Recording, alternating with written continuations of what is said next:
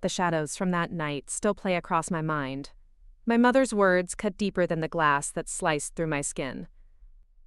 Worthless, she called me, as I lay broken in that hospital bed. All because I couldn't walk. All because I was no longer perfect.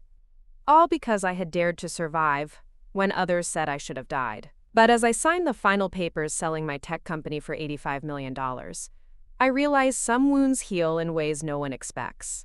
And silence, my mother's newfound silence, speaks volumes about what truly matters in this life. Before we jump back in, tell us where you're tuning in from. And if this story touches you, make sure you're subscribed, because tomorrow, I've saved something extra special for you. I still remember the chill of that rainy Tuesday evening. The roads slick with fallen leaves and the sharp smell of autumn in the air. I was driving home from my coding boot camp, the one I'd saved for months to attend while working 2 jobs. My little Honda humming beneath me as I rehearsed algorithms in my head, preparing for the final project presentation the next morning. The deer appeared from nowhere, a flash of movement, eyes reflecting my headlights for a split second before I swerved. They say most accidents happen in slow motion, but mine was a blur. The guardrail crumpling, metal screaming against metal, glass shattering around me like deadly rain. Then darkness. I woke to the steady beep of hospital monitors and the sterile smell of antiseptic. My body felt wrong, heavy in some places, numb in others. I couldn't feel my legs. "She's awake," a nurse called, and suddenly my mother was there, her face tight with an emotion I couldn't read. Not relief, not love. Something darker. "What were you thinking, Sophia?" Her voice was sharp, cutting through the fog of pain medication. "Driving that late, in that weather. Always so careless." I tried to speak, but my throat was raw from the breathing tube they'd removed. "Mom, I managed." "I can't feel my legs." She looked down at me, her lips pressed into a thin line. "The doctors say the spinal damage may be permanent. You might never walk again." There was no comfort in her words, no gentle touch to ease the blow. Just cold facts delivered like accusations. "What about my presentation?" I whispered, thinking of the months of work, the algorithms I'd perfected, the future I'd been building. My mother laughed, a harsh sound that bounced off the hospital walls. "Presentation? You think that matters now? Look at you, Sophia. What use are you like this? Who's going to take care of you? Me? At my age?" The room seemed to tilt around me. "I can take care of myself," I said, the words weak even to my own ears. "Worthless," she hissed, gathering her purse. "You've always been stubborn, always thinking you know better. And now look, a burden. That's all you are now." She left without touching me, the click of her heels fading down the corridor as tears slid silently down my cheeks. The days that followed blurred together in a haze of pain and physical therapy. My sister Claire visited when she could, smuggling in real coffee and whispering encouragement. "Mom doesn't mean it," she'd say, squeezing my hand. "She's just scared." But I knew better. My mother had always measured worth in perfection. Growing up, a 98% on a test wasn't celebration-worthy. It was, what happened to the other 2%? My piano recitals weren't met with pride, but with critiques of missed notes.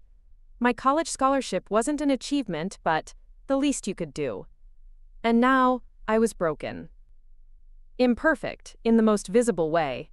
The doctors confirmed what they'd suspected. The spinal cord injury meant I would likely never walk unassisted again.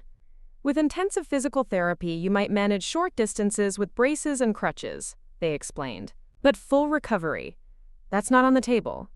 My mother stood at the foot of the bed during that consultation, her face hardening with each word. When the doctor left, she turned to me. "Well, there goes your life," she said. "All those fancy ideas about being some tech genius.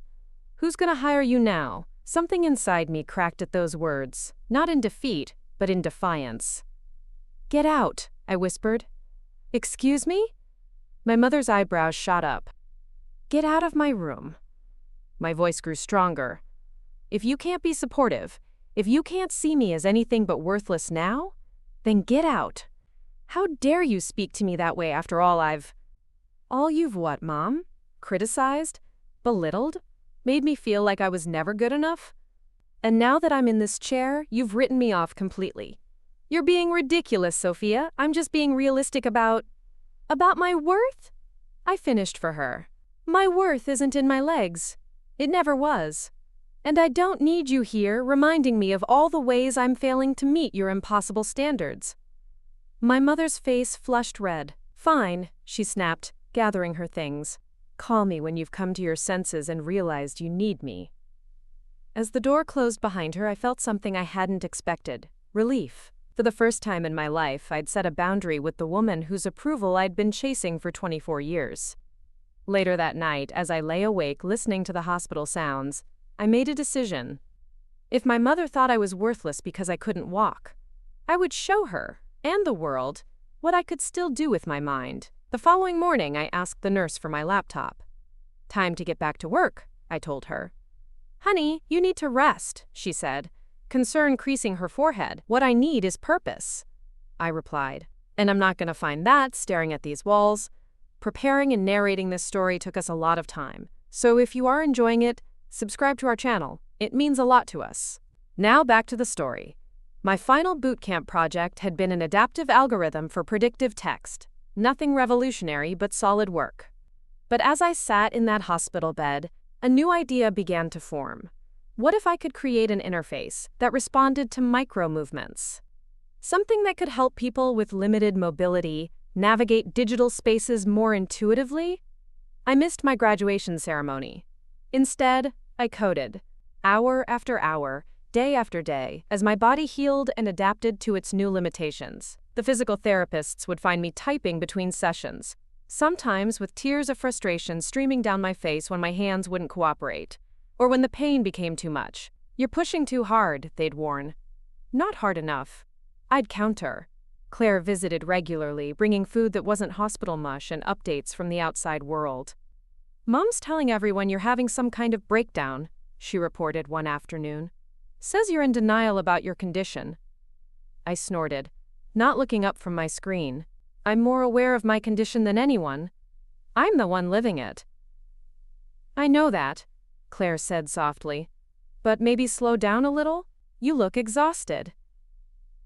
I finally glanced up at my sister, taking in her worried expression. I can't slow down, I explained. Not now. Because if I do, if I give myself time to really process everything I've lost, I might not get back up again. Claire nodded, understanding in her eyes. Then let me help. What do you need? What I needed, it turned out, was a partner. Someone who could be my hands when mine wouldn't cooperate. Someone who believed in the vision I was building. Claire had majored in business, not computer science, but she was a quick study and a tireless supporter. 3 months after the accident, I was discharged from the hospital to a ground-floor apartment Claire had found for us. It was small but accessible, with wide doorways for my wheelchair and a roll-in shower. Our parents had offered to let me move back home, an idea that made my stomach knot with anxiety. No thank you, I'd said firmly. Don't be ridiculous, Sophia, my mother had scoffed. How will you manage on your own? I won't be on my own. Claire's going to be my roommate. My mother's eyes had narrowed at Claire. You're encouraging this stubbornness? I'm supporting my sister, Claire had replied evenly. There's a difference. That first night in our new apartment, Claire and I sat on the floor, me carefully transferred from my chair, surrounded by moving boxes and takeout containers. To new beginnings, Claire toasted with her soda can, and to proving them wrong, I added quietly. The prototype for what would eventually become Motion Minds took shape over the next 6 months. I lived on savings, disability payments, and the generosity of Claire, who had taken a job at a local marketing firm. Every spare minute was devoted to refining the algorithm, testing the interface, pushing through the limitations of my body to create something that could change lives. There were dark days, of course. Days when the pain was too much, when the frustration of a body that wouldn't obey made me want to scream. Days when I'd catch a glimpse of myself in the mirror and not recognize the woman in the wheelchair, her face thin and pale from too many hours indoors. Days when my mother's words would echo in my head, worthless, a burden. On those days, Claire would find me staring blankly at my computer screen, tears silently tracking down my cheeks. "Bad day?" she'd ask simply. I'd nod, not trusting my voice. "Then we take a break," she'd say, closing my laptop and wheeling me out to the small patio where we'd sit in silence, feeling the sun on our faces. It was during one of these breaks, about 8 months after the accident, that Claire broached the subject of our parents. "Mom's been asking about you," she said carefully. "Wondering why you don't call." I stared at the potted succulents we'd planted together. Has she asked how I am? What I'm working on? Anything besides why I'm not fulfilling my daughterly obligation to check in? Claire's silence was answer enough. "That's what I thought," I said. "She doesn't want to know me, Claire. She wants the daughter she had before. The one who could walk, who fit her image of perfection. She made it very clear that this version of me," I gestured to my wheelchair, "is worthless to her." "People can change, Soph," Claire said softly. "Maybe if she saw what you're building." When it's done, I cut her off. When I have something to show that even she can't dismiss, then maybe. But not before. Claire didn't push. She understood the armor I was building around myself, piece by meticulous piece. Not just the wheelchair-accessible apartment or the adaptive technology that helped me code, but the emotional fortification against the judgment I'd faced my entire life. Judgment that had reached its peak in that hospital room when my mother had looked at me and seen only what I couldn't do. By the 1-year anniversary of the accident, Motion Minds had evolved from a personal project into a legitimate startup. Our interface, which allowed users to control digital environments with minimal physical input, had caught the attention of several angel investors interested in accessibility technology. Our first round of funding came through on the exact day I'd been pulled from the wreckage a year before. $250,000, Claire announced, her voice shaking as she read the email. "They're giving us $250,000 to develop this further." I stared at her, unable to process the words. That's real money." "It's real money," she confirmed, a smile breaking across her face. "For our real company. Which means you're a real CEO now, Sophia." "We?" I corrected. "We're doing this together. Co-founders."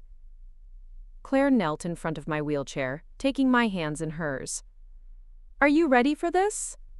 I thought of the late nights, the pain, the frustration, the moments of self-doubt that still plagued me. I thought of my mother's dismissal and the fire it had lit inside me. I thought of all the people like me who might benefit from what we were building. "I've never been more ready for anything in my life," I told her. The next 3 years were a blur of growth, challenges, and unexpected victories. Motion Minds expanded beyond our original concept to include a suite of adaptive technologies. We hired a team, mostly remote workers, who understood our mission of creating accessible tech, because many of them needed it themselves. Our office, a converted warehouse with wide hallways, automatic doors, and not a single step in sight, became known in the tech community as one of the most accessible workspaces in the country. We didn't just accommodate disabilities, we celebrated the innovation that came from diverse perspectives. As our company grew, so did the attention. Tech blogs wrote about the wheelchair-bound genius behind Motion Minds, a description I loathed for its inaccuracy. I used a wheelchair, I wasn't bound to it. Investors who had initially been skeptical now called weekly, eager to get in on our success. And through it all, my mother's silence was deafening. Claire still visited our parents regularly, walking a careful line between loyalty to me and maintaining family connections. She never pushed me to reconnect, but sometimes she'd drop casual updates. Dad asked about the company, she mentioned once. I showed him that write-up in Tech Insider. He seemed impressed. "And Mom?" I couldn't help asking. Claire hesitated. She said it was nice you found something to keep you busy. The words stung, even after all this time. Keep me busy, I repeated flatly, like I'm doing macrame in a nursing home. Quote, she's never going to understand what you've built, Saf, Claire said gently. Not unless she wants to. And right now, she doesn't want to. I nodded, swallowing the familiar hurt. Her loss. By year 4, Motion Minds had revolutionized accessibility in digital spaces. Our technology was being integrated into everything from smartphones to smart homes, allowing people with a wide range of physical limitations to navigate the digital world with unprecedented ease. We'd grown to a company of over 60 employees with offices in 3 cities. Our valuation had reached $40 million, a number that still seemed surreal to me. And then came the offer. Tech giant, one of the largest technology companies in the world, wanted to acquire Motion Minds for $85 million. The email arrived on a Tuesday morning, almost 5 years to the day after the accident that had changed everything. $85 million, Claire whispered, staring at the screen over my shoulder. Sophia, that's life-changing. I finished for her. We spent weeks in negotiations, ensuring that our technology would continue to be developed and improved, that our team would be protected, that the mission we'd built would survive the acquisition. And finally, on a crisp autumn day, much like the one that had altered my life path forever, I sat in my customized wheelchair at a gleaming conference table, signing the papers that would make it official. As the ink dried on my signature, I felt a complex wave of emotions wash over me. Pride in what we'd accomplished. Gratitude for Claire's unwavering support. Vindication for every doubt I'd faced. Every obstacle I'd overcome. And somewhere, buried beneath it all, a small, persistent voice that whispered, I wonder if she'll think I'm worthless now. That evening, as Claire and I celebrated with champagne in our accessible garden, another dream we'd built together, my phone rang with an unfamiliar number. Sophia Reeves, I answered, professional out of habit. Sophia. My mother's voice, hesitant in a way I'd never heard before. I saw the news. About your company. The champagne turned bitter in my mouth. 5 years. 5 years of silence. And now, when I'd sold my company for $85 million, she wanted to talk. Did you? I kept my voice neutral, giving nothing away. I didn't realize. I knew you were working on something, but I didn't understand it was so significant. I could hear what she wasn't saying. I didn't know you were worth something after all. It's been significant from day one, Mom, I said quietly. Whether you understood it or not. The line went silent for so long I thought she might have hung up. I was wrong, she finally said, her voice barely audible. About what I said in the hospital. About you being what I called you. Worthless. I supplied, the word no longer carrying the sting it once had. You called me worthless. I was scared, she admitted. I didn't know how to help you, and I lashed out. It was unforgivable. You're right, I agreed. It was. Another long pause. Could we meet? Talk in person? Your father and I would like to see you, see what you've built. I closed my eyes, feeling the weight of the past 5 years. The pain, the determination, the growth, the success I'd achieved without her support or belief. I'll think about it, I said finally. That's all I can offer right now. As I hung up, Claire raised an eyebrow questioningly. Mom, I explained. $85 million got her attention when my humanity couldn't. Are you going to see her? I looked around at the garden we'd designed together.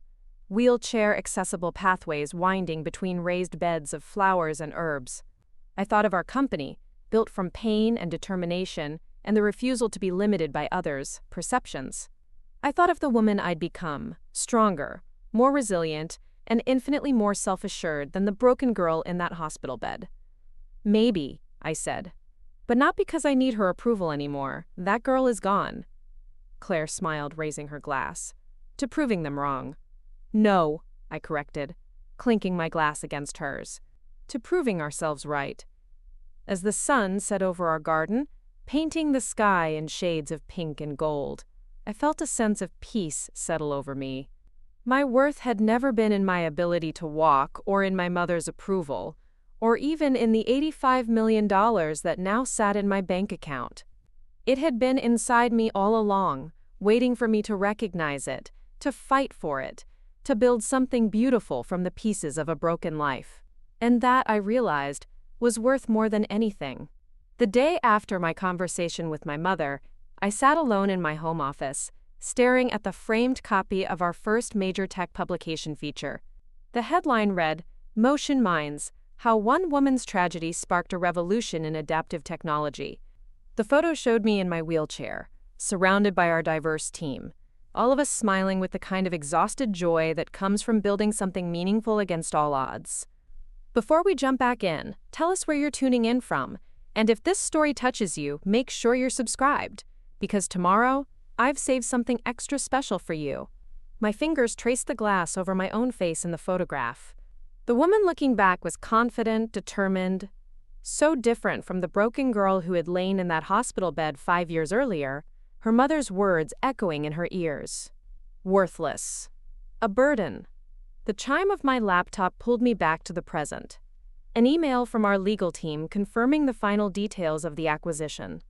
In less than 24 hours, Motion Minds would officially become part of Tech Giant, and Claire and I would be $85 million richer. The culmination of 5 years of relentless work, pain, determination, and vision. And yet, my mother's call the previous night had reopened wounds I thought had scarred over long ago. The soft knock at my office door announced Claire's arrival. She entered carrying 2 steaming mugs of coffee, setting one on my desk before settling into the chair across from me. "You look like you didn't sleep," she observed, blowing gently on her coffee. "I didn't," I admitted. "Too much on my mind." "Mom?" Claire asked, always perceptive. I nodded, turning away from the framed article to face my sister. 5 years, Claire. 5 years of silence, and now she wants to talk? Now that there's money involved? It feels calculated. Claire sipped her coffee thoughtfully. Maybe. Or maybe seeing your success in such concrete terms finally forced her to confront her own misconceptions. "That's generous of you," I said. "She's still our mother, soft, flawed, sometimes cruel, but—" Claire shrugged. "I've had to find a way to make peace with who she is without excusing what she did to you."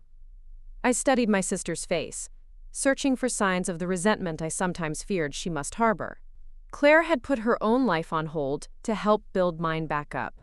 She had been my hands when mine wouldn't work, my voice when I couldn't speak through the pain, my shield against a world that wasn't designed for people like me. "Do you ever regret it?" I asked suddenly, "tying your life to mine after the accident?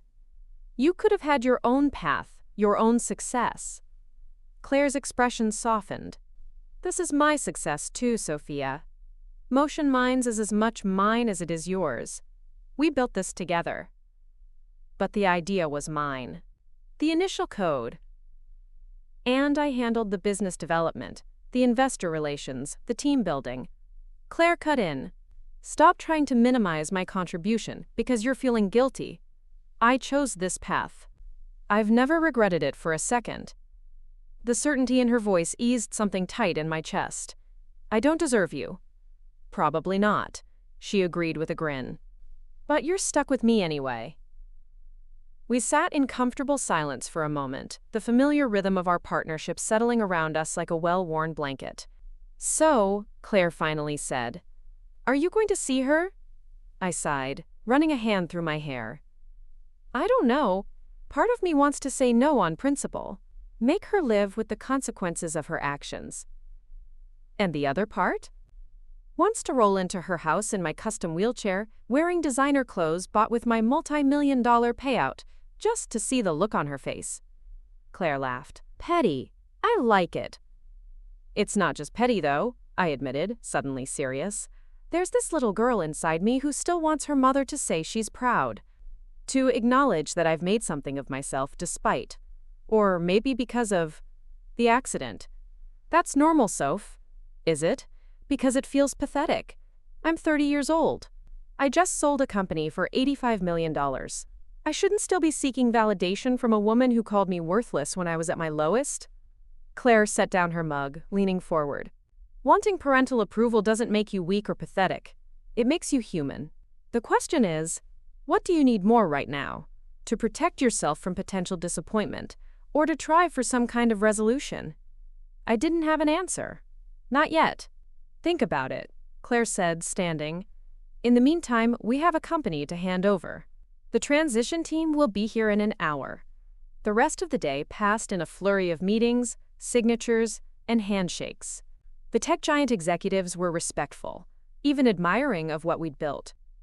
Their head of accessibility technology, a woman who used a service dog for her own mobility issues, spoke eloquently about how Motion Minds had changed the landscape for people with disabilities. Your technology doesn't just accommodate, she told me as we toured the office. It empowers. That's what makes it revolutionary. I glanced around at our team, many of whom would be staying on through the transition and beyond. People of all abilities, united by a mission that had grown from my personal need into something much larger. Pride swelled in my chest, momentarily pushing aside the lingering questions about my mother. That evening, Claire and I hosted a small celebration for our core team. The warehouse office was transformed with fairy lights and champagne fountains, the accessible layout allowing everyone to move freely through the space. As I watched our employees, our family, really, laughing and celebrating, I felt a profound sense of accomplishment that no maternal validation could ever match. Late in the evening, as the party wound down, I found myself on the office rooftop garden, another accessible feature we'd added during renovation. The city lights stretched out before me, a tapestry of possibility and promise. "Quite a view," came a voice from behind me. I turned to find Marcus, our lead UX designer, rolling his own wheelchair toward me. Marcus had joined us 3 years ago, bringing with him not just exceptional talent, but also the lived experience of someone who had been using a wheelchair since childhood. "Best spot in the building." I agreed. "I'm gonna miss it." "Tech giants promised to keep it," Marcus reminded me, "along with all our other accessibility features." "It's not the same as it being ours, though." Marcus nodded, understanding in his eyes. "True, but what we built here isn't just physical space. It's a philosophy, an approach. And that's going with us wherever we go next." "Next," I repeated, tasting the word. "I haven't thought much about next yet." "No?" Marcus raised an eyebrow. "The great Sophia Reeves without a plan?" I'm shocked. I laughed, grateful for the lightness he brought. I've been so focused on getting to this finish line, I haven't looked beyond it. "This isn't a finish line," Marcus said quietly. "It's a milestone. There's a difference." Preparing and narrating this story took us a lot of time, so if you are enjoying it, subscribe to our channel. It means a lot to us. Now back to the story. His words stayed with me as I left the party, taking my specially modified car back to the house Claire and I had purchased 2 years ago. Unlike our first apartment, this home had been built from the ground up with accessibility in mind. Wide hallways, no steps, countertops at varying heights, smart home technology that responded to voice commands when my hands were too painful to use. It was a testament to what was possible when disability was considered not as an afterthought but as a central design principle. It was also, I realized as I entered the silent foyer, empty. Claire was staying at the party longer, catching a ride home with one of our engineers. For the first time in days, I was completely alone with my thoughts. And those thoughts kept circling back to my mother's call. I rolled into my bedroom, the automated lights sensing my presence and illuminating the space with a warm glow. On my nightstand sat a framed photo, the last one taken of our entire family before the accident. My parents, Claire, and me at Claire's college graduation. All of us smiling, my mother's arm around my shoulders in a rare display of physical affection. I picked up the frame, studying my mother's face. She had always been beautiful in a severe way. High cheekbones, sharp jaw, eyes that missed nothing. In that photo she was looking at the camera, but her body was angled toward me, protective almost. Had I imagined that? Or was I rewriting history to find some evidence that she had loved me, once? Before I could overthink it further, I reached for my phone and dialed. Sophia? My mother answered on the first ring, her voice cautious. I'll meet with you, I said without preamble. Tomorrow at noon. The Botanical Gardens have a cafe that's wheelchair accessible.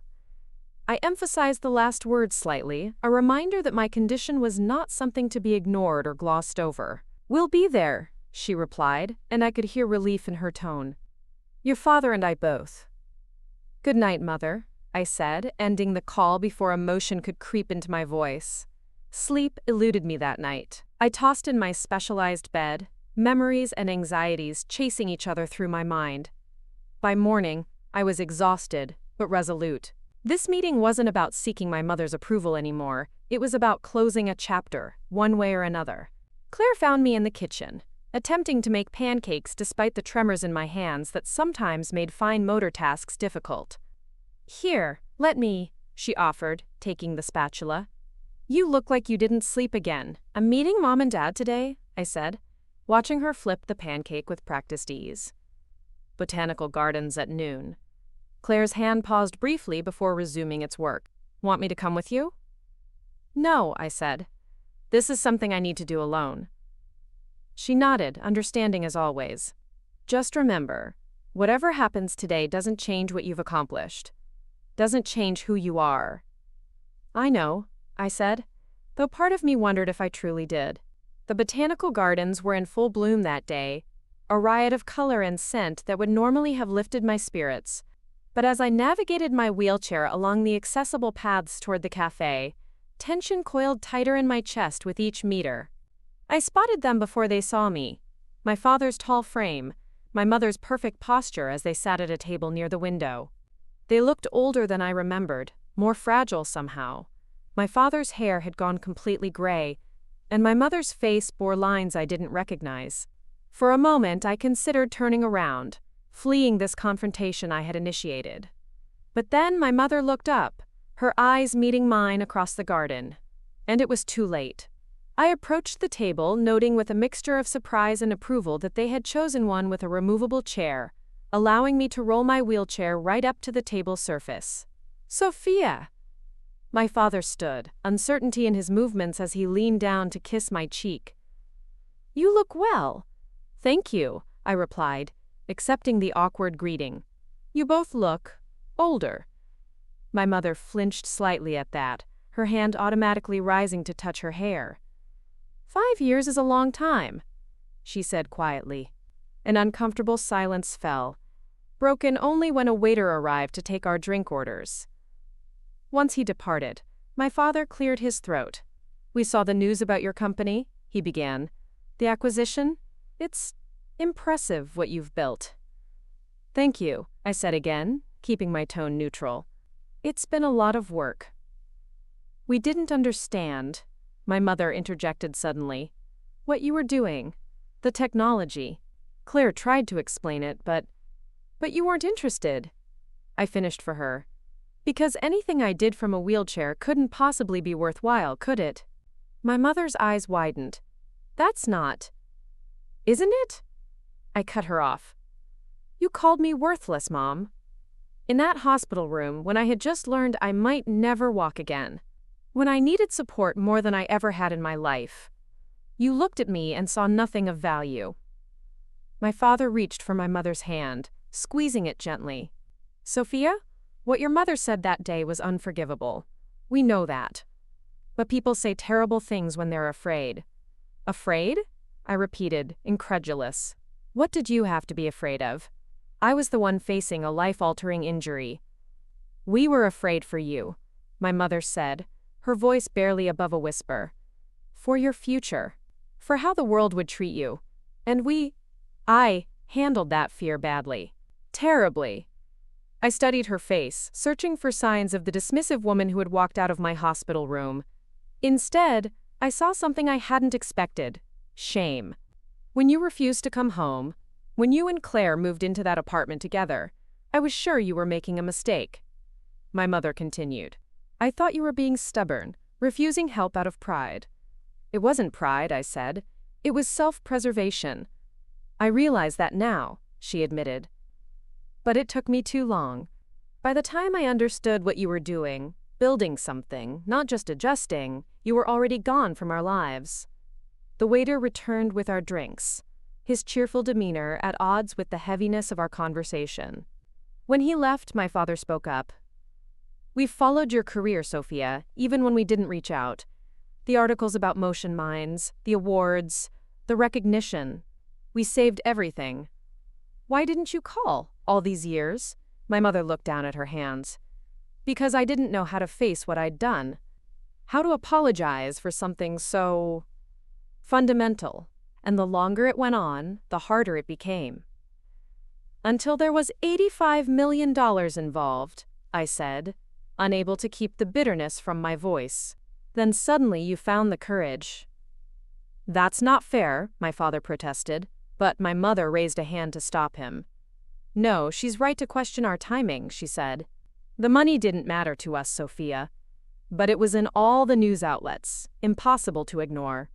And seeing your success on such a scale, it forced me to confront how deeply I had underestimated you, how wrong I had been. I wanted to hold on to my anger, to keep it as a shield against the vulnerability of reconnection. But something in my mother's face, a rawness I had never seen before, made that difficult. "I don't need your approval," I said finally. "I haven't for a long time." "I know," my mother replied. "You've proven that beyond any doubt. But I need your forgiveness, Sophia, not for my sake but for yours, so you can be free of the weight of my terrible mistake." I hadn't expected this humility, this acknowledgement. I had prepared for defensiveness, for subtle barbs, for all the tactics my mother had employed throughout my childhood to maintain control. This open admission of fault left me momentarily speechless. "I don't know if I can forgive you yet," I said honestly, "but I'm willing to try. For my sake, like you said, not yours." My mother nodded, tears gathering in her eyes but not falling. She had always been too controlled for that. "That's more than we deserve," my father said, his voice thick with emotion. We spent the next hour talking, really talking, perhaps for the first time in our lives. They asked questions about motion minds, about the technology, about my daily life. I found myself sharing details I had never thought would interest them. The adaptive driving controls in my car, the way we had designed our office to accommodate all kinds of disabilities, the plans tech giant had for expanding our technology. As we prepared to leave, my mother hesitated, then reached across the table to touch my hand. Would you consider coming to dinner next week? Nothing formal, just family." I looked at her hand on mine, the same hand that had smoothed my hair when I was small, that had pushed me away in that hospital room, that was now reaching out across a chasm of 5 years. "I'll think about it," I said, neither committing nor refusing. Outside the gardens, as my parents walked to their car and I transferred into mine, I felt a curious lightness. Not forgiveness, not yet, but perhaps the beginning of something like peace. That evening, as Claire and I sat on our accessible patio, watching the sunset paint the sky in shades of orange and pink, I recounted the meeting. "They seemed different," I concluded. "Especially Mom. Less rigid, more willing to admit fault." "People can change," Claire said, echoing her words from days before. "Sometimes it just takes something dramatic to catalyze it." "Like their daughter selling a tech company for $85 million? I asked wryly. Claire laughed. "That would do it. But I think it's more than that. I think they've had 5 years to reflect on what they lost when they pushed you away. 5 years to watch from a distance as you rebuilt your life without them." I considered this, sipping my wine thoughtfully. "They asked me to dinner next week. Are you going to go?" "I haven't decided," I admitted. "Part of me wants to. Another part is afraid of being disappointed again." Claire reached over to squeeze my hand. "Whatever you decide, I'm with you. But Soph, don't let fear make this decision. You've never let it dictate your choices before." I smiled at my sister, gratitude washing over me for her unwavering support. "When did you get so wise?" "I've always been the smart one," she teased. "You're just the tech genius who made us rich." We laughed together, the sound carrying into the gathering twilight. As stars began to appear in the darkening sky, I felt a sense of possibility opening before me, not just for my professional future, but for my personal one as well. The $85 million from the acquisition wasn't just money.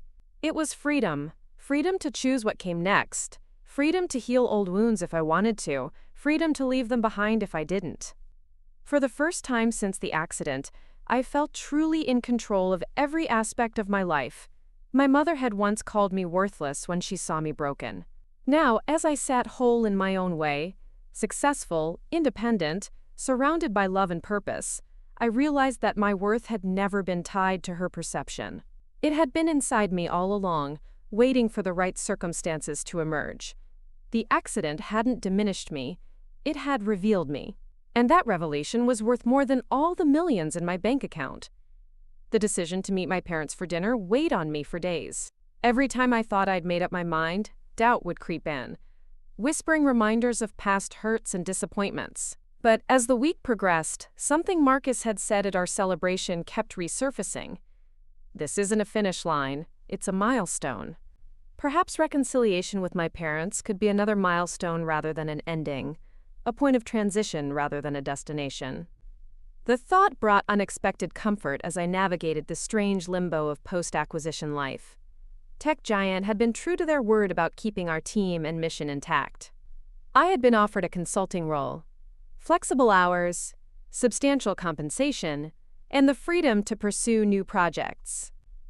Claire had accepted a position as their director of accessible design, her talents finally receiving the recognition they deserved beyond our small company. We were by any measure successful, and yet as I rolled through our empty office one last time, something like melancholy settled over me. The space had been more than a workplace. It had been a sanctuary, a proving ground, a symbol of everything we had overcome. "Saying goodbye?" Claire asked, finding me staring at the wall where we'd hung our first patent certificate. "Just processing," I replied. "Everything happened so fast." Claire leaned against the doorframe. "Having second thoughts?" "No," I said, surprised to find it was true. "We made the right decision. I'm just wondering what comes next." "Besides dinner with Mom and Dad tomorrow night?" Claire's tone was light, but her eyes were serious. I had finally agreed to the invitation, scheduling it for the night before Claire and I were set to leave for a much-needed vacation, a luxury safari in Kenya that specialized in accessible adventures for travelers with disabilities. "Besides that," I confirmed, Motion Minds was born from necessity, my necessity. Now that that chapter's closed, I'm not sure what's supposed to drive me. Claire moved further into the room, perching on the edge of what had been my desk. "Maybe that's the gift in all this, Soph. For the first time since the accident, you get to choose what drives you, not out of necessity, but out of passion." I considered her words, running my hands along the smooth arms of my wheelchair. "I'm not sure I remember how to do that." "Then this is your chance to learn," she said simply. That night, as I packed for our upcoming trip, I found myself sorting through more than just clothing. Every item I placed in my suitcase seemed to carry the weight of memory, the adaptive technology that had made my independence possible, the specialized clothing designed for wheelchair users, the medications that managed my chronic pain. Each represented a challenge I had overcome, an adaptation I had embraced. Together, they told the story of a woman who had refused to be defined by limitation. A woman who, despite being called worthless, had built something of immeasurable value. The thought steadied me as I selected an outfit for the following evening's dinner with my parents, a sleek cobalt dress that complemented my wheelchair rather than trying to disguise it. I was done hiding who I had become. If reconciliation was possible, it would have to be on terms that honored my whole self, not just the parts that were easier for them to accept. Claire drove us to our parents' house the next evening, the familiar route stirring memories both warm and painful. The neighborhood hadn't changed much. The same manicured lawns, the same tasteful homes, the same sense of careful conformity that had always made me feel slightly out of place, even before the wheelchair. "Ready?"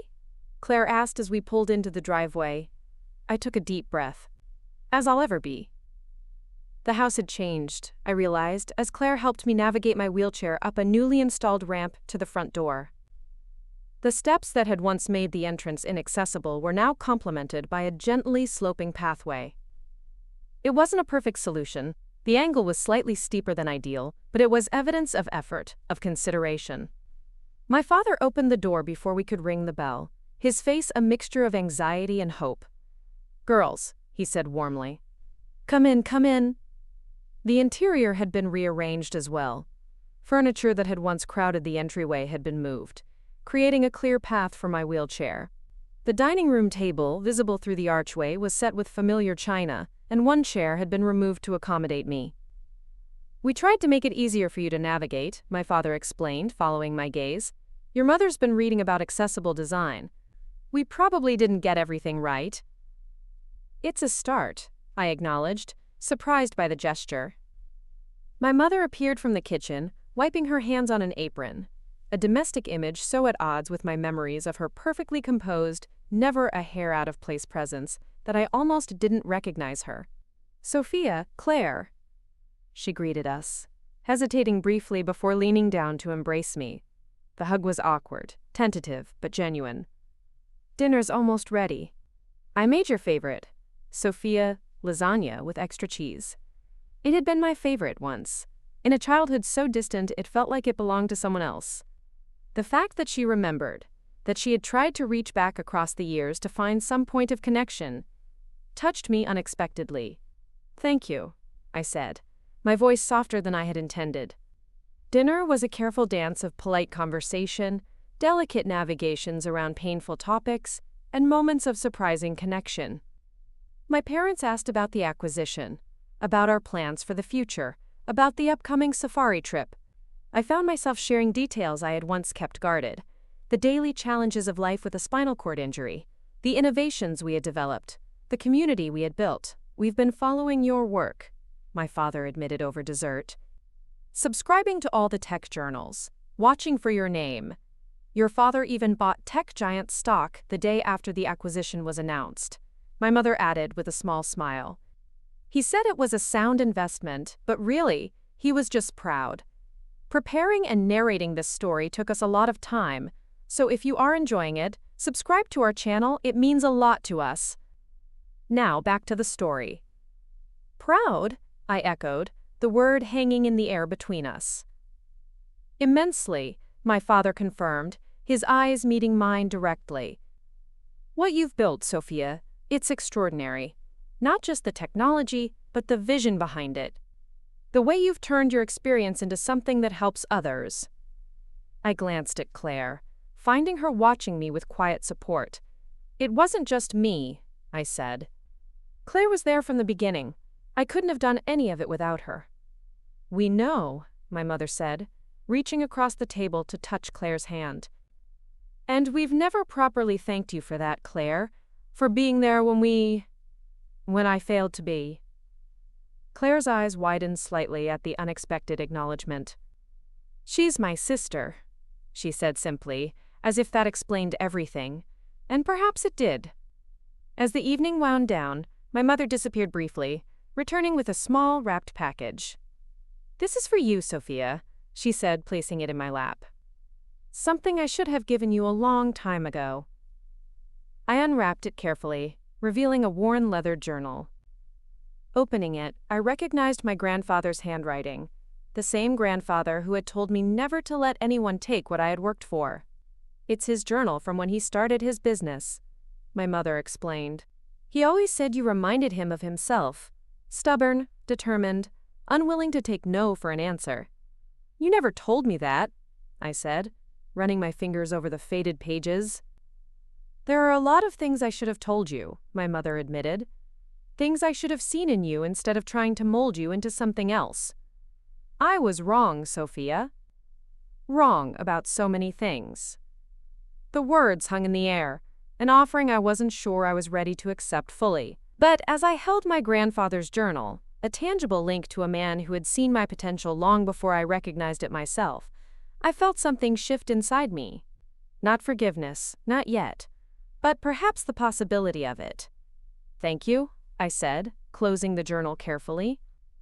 This means a lot to me. As Claire and I prepared to leave, my father helped navigate my wheelchair down the ramp, while my mother hovered nearby, watchful but not interfering. We'd like to do this again, my father said as he helped me into the passenger seat of Claire's car. Maybe after you return from your trip? I looked up at him, at the lines of worry and hope etched into his face, then at my mother standing on the porch, her posture straight but somehow more vulnerable than I had ever seen it. I'd like that, I said, surprising myself with the sincerity of it. As we drove away, Claire glanced at me. You okay? I think so, I replied, the journal resting in my lap. It wasn't what I expected. Better or worse? I considered the question. Different. They're trying, Claire. Really trying. People can change, she reminded me, echoing her earlier words. Sometimes they just need the right reason. The next morning, as our driver loaded our luggage for the airport, I found myself returning to my grandfather's journal. Sitting in the early morning quiet of our patio, I opened it to a random page, my eyes falling on an entry from decades earlier. Failed again today. Third attempt at the new design. Mary says I should give up, that it's a waste of time and money. Maybe she's right, but there's something in the failure that feels like progress. Each attempt gets me closer to understanding what doesn't work. And knowing what doesn't work is the first step to finding what does. The words resonated with an almost physical force. How many times had I failed in those early days of developing motion minds? How many times had I wanted to give up, to accept the limitations others saw in me? But each failure had indeed been progress. Each setback an opportunity to find a different path forward. I continued reading, losing myself in my grandfather's journey, his struggles, his insights, his unwavering belief in his own vision despite setbacks and doubt. It was like finding a map I hadn't known existed, one that validated the path I had carved for myself. When Claire found me, I was still absorbed in the journal, tears streaming silently down my face. Soph? What's wrong? She knelt beside my wheelchair, concern etched on her features. Nothing's wrong, I said, wiping my cheeks. I never knew him, not really. He died when I was young. But reading this, it's like he knew me. Like he understood what I would face. Claire glanced at the open journal. What does it say?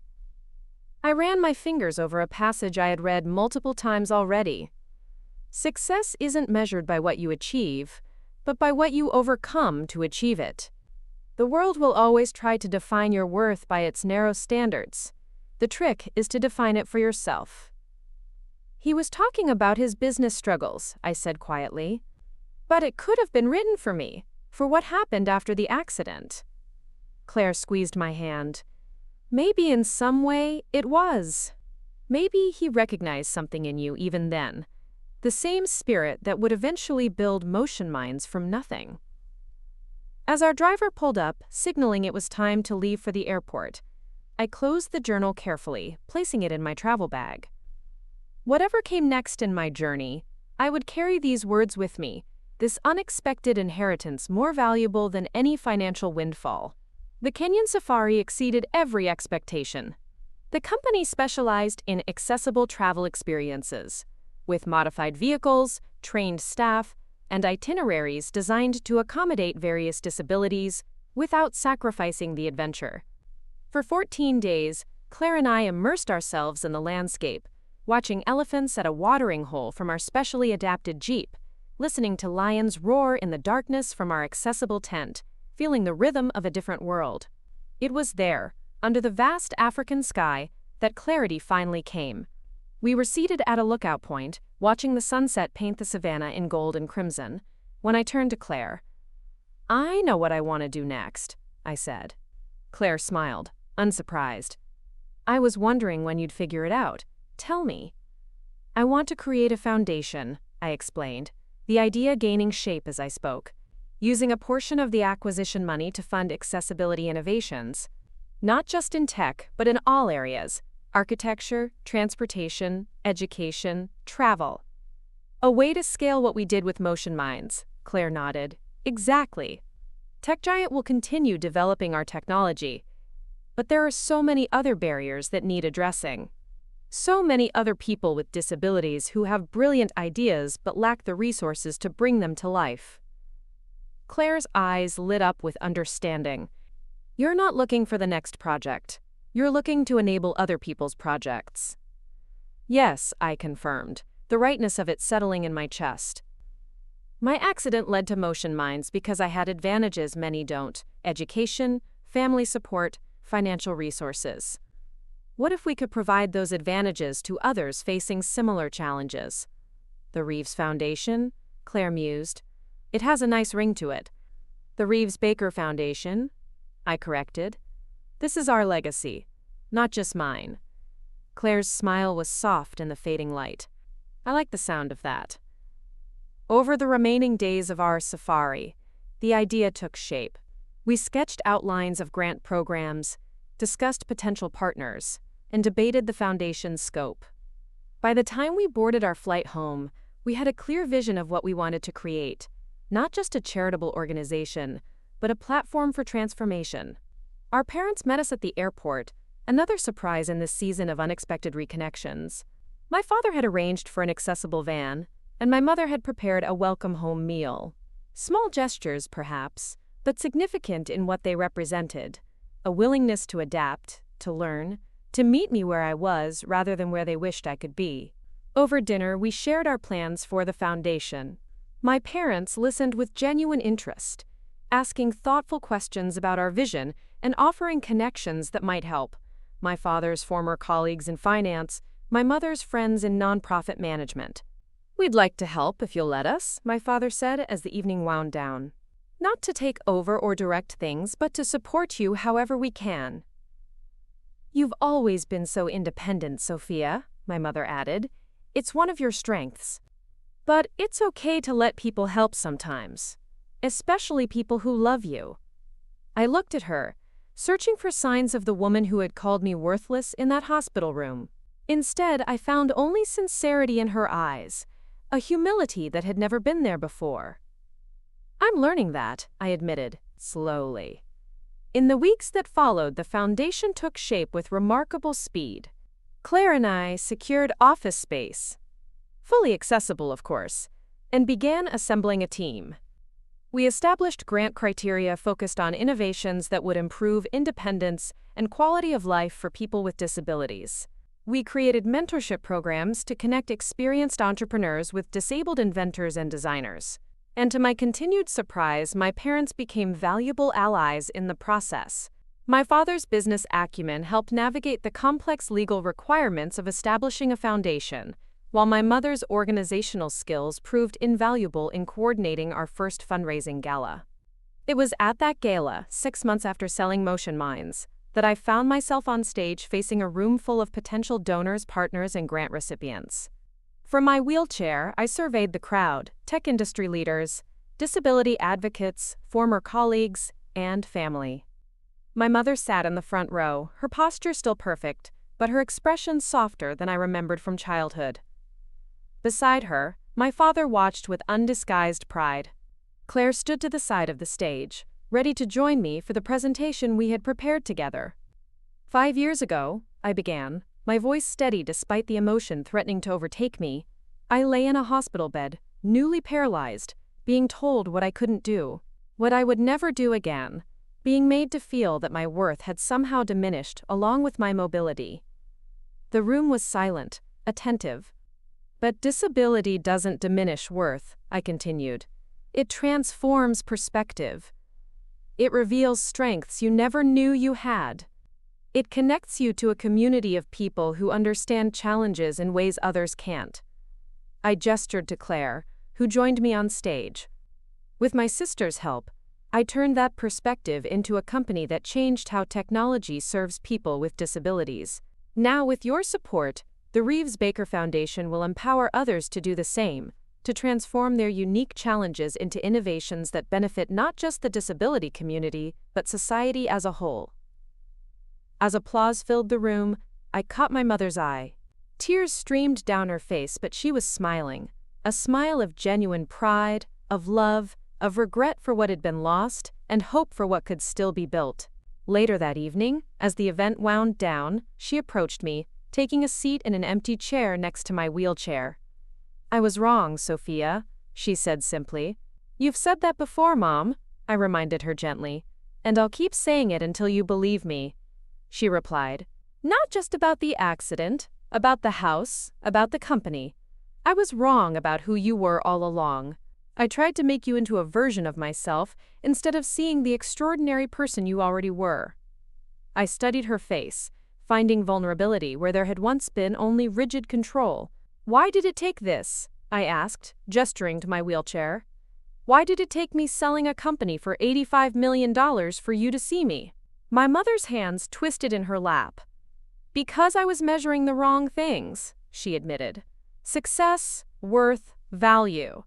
I had such narrow definitions. It took seeing you redefine all of those things on your own terms to understand how limited my vision had been." The honesty in her words resonated with the same passage from my grandfather's journal that had moved me so deeply. "The world will always try to define your worth by its narrow standards. The trick is to define it for yourself." "He would have been proud of you," I said, nodding toward my father across the room. "Grandfather, the way you're learning to see differently." My mother's eyes widened in surprise. "You think so?" "I know so," I said, reaching for her hand. "And for what it's worth, I'm proud of you too." As tears filled her eyes, I felt the last of the ice around my heart begin to thaw. Not because I needed her approval anymore, but because I had found the strength to offer forgiveness. Not for her sake, but for my own. To define my worth not by the hurts of the past, but by the future I was creating. The accident that had once seemed like an ending had become a beginning instead. The words that had once wounded me had spurred me to prove my value, first to others, then to myself. And now, with the foundation expanding its reach every day, those same words were fuel for a mission larger than myself. Worthless. My mother had called me as I lay broken in that hospital bed. But as I looked around at all we had built, the technology, the foundation, the community, the renewed family bonds, I knew the truth that had been inside me all along. My worth wasn't defined by what I could or couldn't do. It was defined by what I chose to create from the challenges life had given me, and that worth was immeasurable. 1 year after our foundation launched, I found myself backstage at a TED conference, waiting to deliver a keynote on accessible technology and innovation. The journey from hospital bed to this moment felt surreal, a path I never could have imagined as I lay broken, my mother's words ringing in my ears. Before we jump back in, tell us where you're tuning in from, and if this story touches you, make sure you're subscribed, because tomorrow, I've saved something extra special for you. The stage manager approached, clipboard in hand. 5 minutes, Ms. Reeves. I nodded, taking a deep breath to steady my nerves. Public speaking had become a regular part of my life since establishing the foundation, but this particular talk felt different. More personal. More significant. "You've got this," Claire said, squeezing my shoulder. She had flown in from London where she'd been overseeing the opening of our European branch office. "Just tell your story. The rest will follow." My story. It had evolved so much since that rainy night 5 years ago. From tragedy to triumph. From worthlessness to purpose, from isolation to community. And now I would share it with thousands in the auditorium, and millions more online, hoping it might light a path for others facing their own dark moments. As I rolled onto the stage, the lights momentarily blinding, I spotted my parents in the front row. My mother's face was alight with pride, a far cry from the disappointment that had once been her default expression. My father sat beside her, his camera already raised to capture the moment. The audience quieted as I positioned my wheelchair at center stage, adjusting the microphone to my height. "My name is Sophia Reeves," I began, my voice steady. "And 5 years ago, my mother called me worthless." A ripple of discomfort moved through the crowd. This wasn't the uplifting start they had expected. She said it in a hospital room where I had just learned I would likely never walk again. She looked at me, broken, confused, frightened, and saw only limitation, only burden, only failure. I paused, letting the weight of those words sink in. I tell you this not to vilify my mother, who has since become one of my greatest supporters, but because her words represent something many of us have experienced: the external validation on which we've learned to build our sense of worth. The audience was still now, attentive. We measure our value by our productivity, our appearance, our physical capabilities, our social status, by standards defined by others, internalized so deeply we mistake them for our own. When those external measures are threatened by disability, illness, failure, age, we often find ourselves adrift, questioning our very right to take up space in the world. I moved my wheelchair slightly forward, engaging more directly with the audience. After my accident, I had two choices: accept the verdict of worthlessness that had been pronounced upon me, or redefine worth entirely.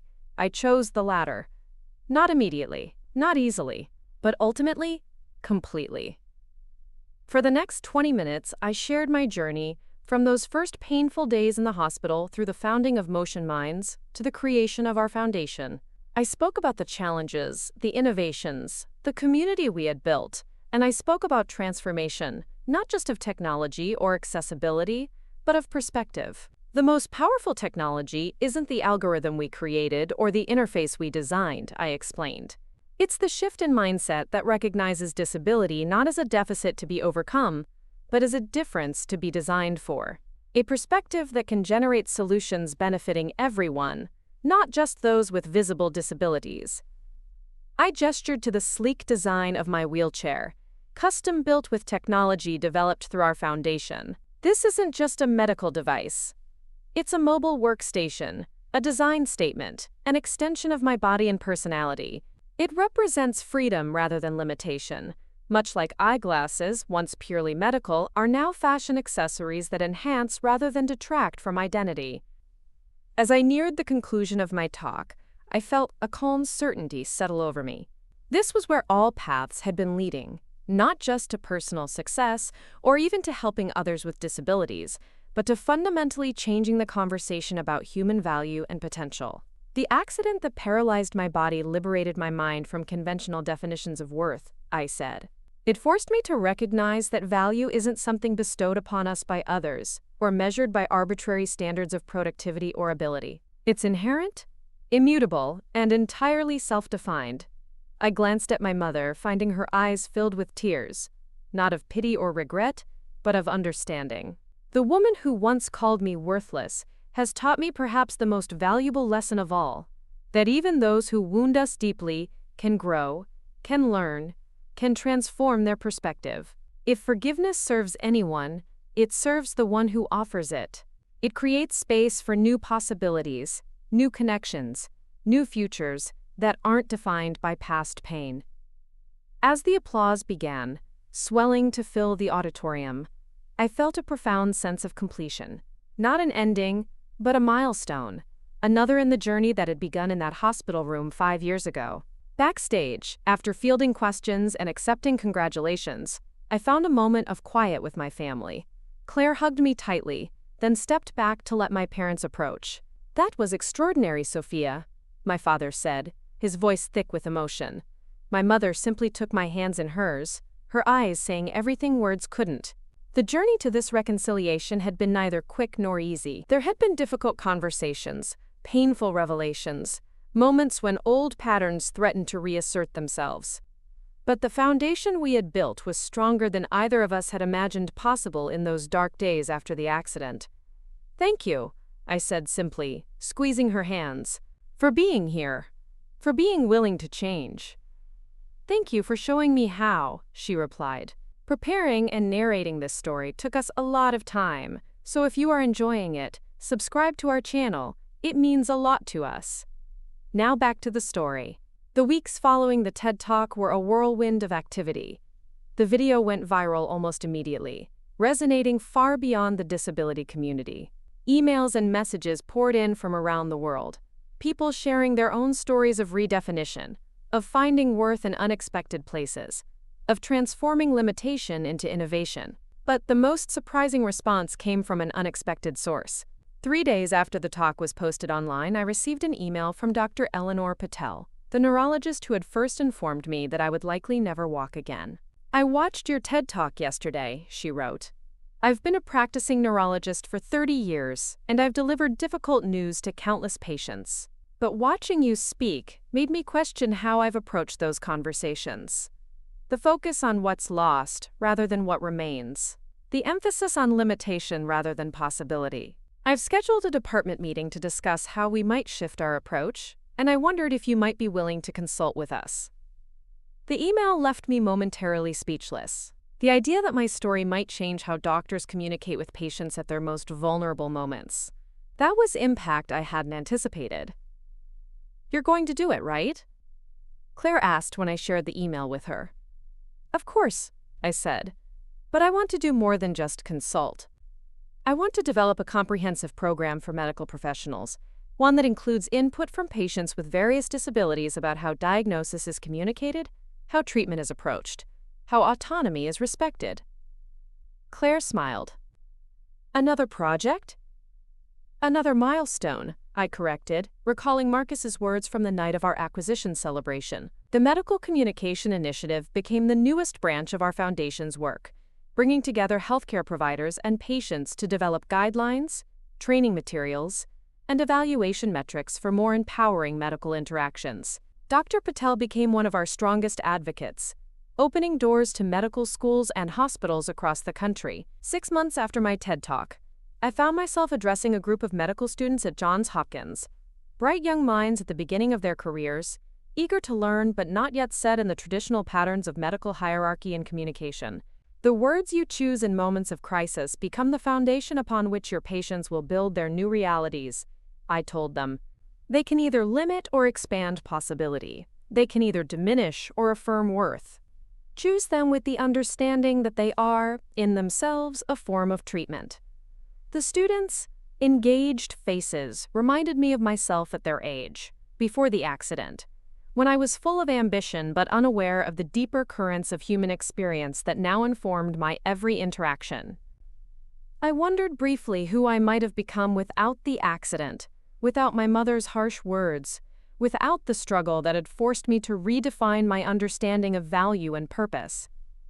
That question found an unexpected answer a week later, when Claire discovered an old flash drive while cleaning out her desk at the foundation office. "Look what I found," she said, waving it as she entered my office. "Our original business plan for Motion Minds. Remember this?" I took the small device, turning it over in my hands. "I can't believe you kept this." "Of course I kept it. It's a historical document now," she teased. That evening, curiosity prompted me to plug the drive into my computer. The files opened like a time capsule. Early designs, clumsy code, passionate mission statements written in the aftermath of trauma and rejection. But it was a folder labeled Pre-Accident Projects that caught my attention. Inside were files I had completely forgotten, ideas and designs from the coding bootcamp I had been attending before the deer ran across the road on that rainy night. Sketches for apps, notes on algorithms, dreams that had been interrupted by metal and glass and pain. I opened them one by one, reading the ambitious plans of a young woman who had no idea how dramatically her life was about to change. The projects were good, creative, solid. But as I reviewed them, something became clear. They lacked the depth, the purpose, the transformative potential of what had come after. The realization was startling. Without the accident, without my mother's cruel words, without the struggle to redefine myself and my worth, I might have become a successful programmer. I might have built useful, profitable applications. I might have lived a comfortable, conventional life. But I would never have built Motion Minds. I would never have touched the lives of countless people with disabilities. I would never have established the foundation that was now changing perspectives in technology, design, and medicine. The path that had seemed like destruction had actually been redirection, painful, unwanted, but ultimately leading to greater purpose than I could have imagined. I shared this insight with my mother the following Sunday during our now regular family dinners. We sat on the accessible patio she and my father had added to their home, the evening air warm around us. "Sometimes I wonder if I should thank you," I said quietly, "for those words in the hospital." She looked stricken. "Sophia, no. What I said was unforgivable." "Not thank you for the cruelty," I clarified, "but for the catalyst. Without that moment, without the pain of it, the rejection, the need to prove my worth, I'm not sure I would have found the drive to build what I have." My mother was silent for a long moment, her hands curled around her teacup. "I've thought about that too," she finally admitted. "Whether some good came from my terrible mistake. But Sophia, you would have found your path regardless. The strength was always in you. I just failed to see it." "Maybe," I said, "but we'll never know that version of the story. We only have this one, with all its pain and transformation. And I've made peace with that." She reached across the table to take my hand. "I'm still working on making peace with it. With myself. But seeing who you've become, what you've created, it helps." The moment was interrupted by my phone chiming with a notification. It was an email from our foundation's grant committee, announcing the newest recipient of our Innovation Award, a young engineer who had developed a wheelchair that could navigate stairs without external assistance. "Good news?" my mother asked, noting my smile. "The best kind," I replied, showing her the email. "Another milestone." As our foundation expanded its reach over the next year, so did my personal growth. The anger that had once fueled me gradually transformed into something more sustainable, a quiet certainty about my purpose, a deep connection to the community I served, a compassion that extended even to those who had hurt me. I began mentoring young entrepreneurs with disabilities, finding joy in watching them navigate challenges I had once faced alone. I reconnected with friends from before the accident, no longer afraid they would see me as diminished or defined by my wheelchair.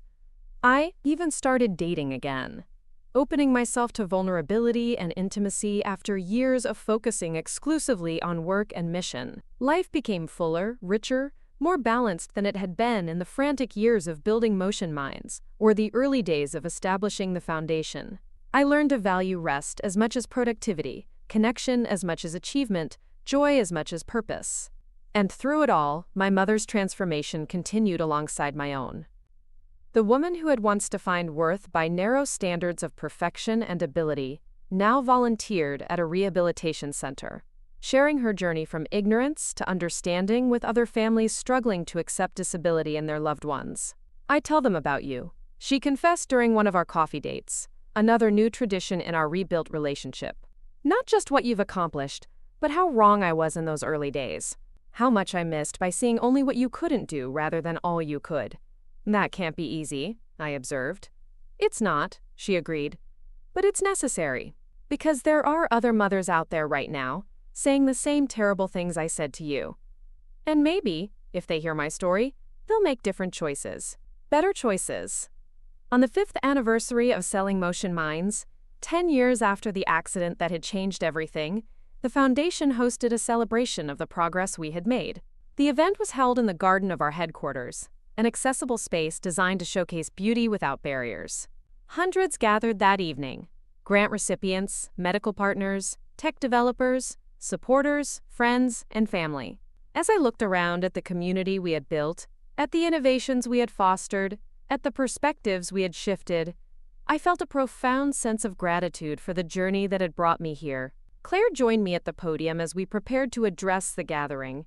She looked radiant, confident in her role as co-creator of this mission we shared. "Ready?" she asked. "Always," I replied. We faced the crowd together, two sisters who had transformed personal tragedy into collective purpose. The sun was setting, casting a golden light over the garden, illuminating faces filled with expectation and hope. 10 years ago, I began, a deer ran across a rainy road, and my life changed forever. 5 years ago, we sold a company born from that change for $85 million. Today, we celebrate not just what we've built since then, but what we've learned. The audience quieted, listening intently. That worth isn't measured by ability or achievement. That limitation can spark innovation, that rejection can be redirection, that forgiveness can be a foundation for growth.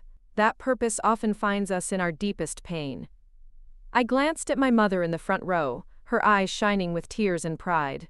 And perhaps most importantly, that transformation is always possible.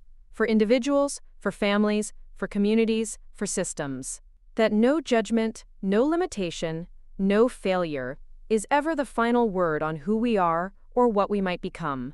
As applause filled the garden, I felt the full circle of my journey, from that broken girl in the hospital bed, crushed by her mother's condemnation, to this woman surrounded by purpose, community, and love.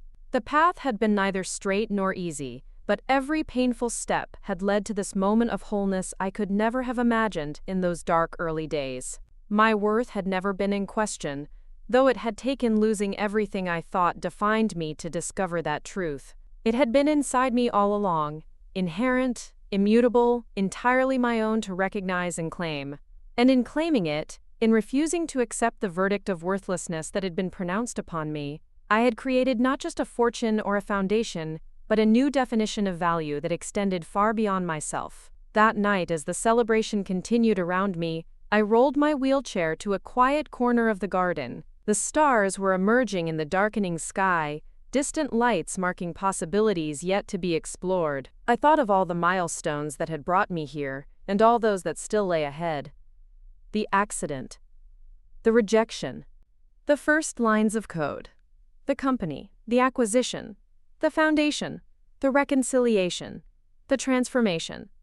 Each had seemed like an ending at the time, but each had actually been a beginning. A door opening to wider spaces, greater purpose, deeper connection. I smiled up at the stars, grateful for the broken path that had led to such wholeness, for the darkness that had made the light more visible, for the wound that had become a window through which I now saw everything differently. Worth, I had learned, wasn't something to be proven or earned. It was something to be recognized, claimed, and eventually shared, creating space for others to discover the same truth within themselves. And that, perhaps, was the most valuable discovery of all. Up next, you've got 2 more standout stories right on your screen. If this one hit the mark, you won't want to pass these up. Just click and check them out. And don't forget to subscribe and turn on the notification bell so you don't miss any upload from us.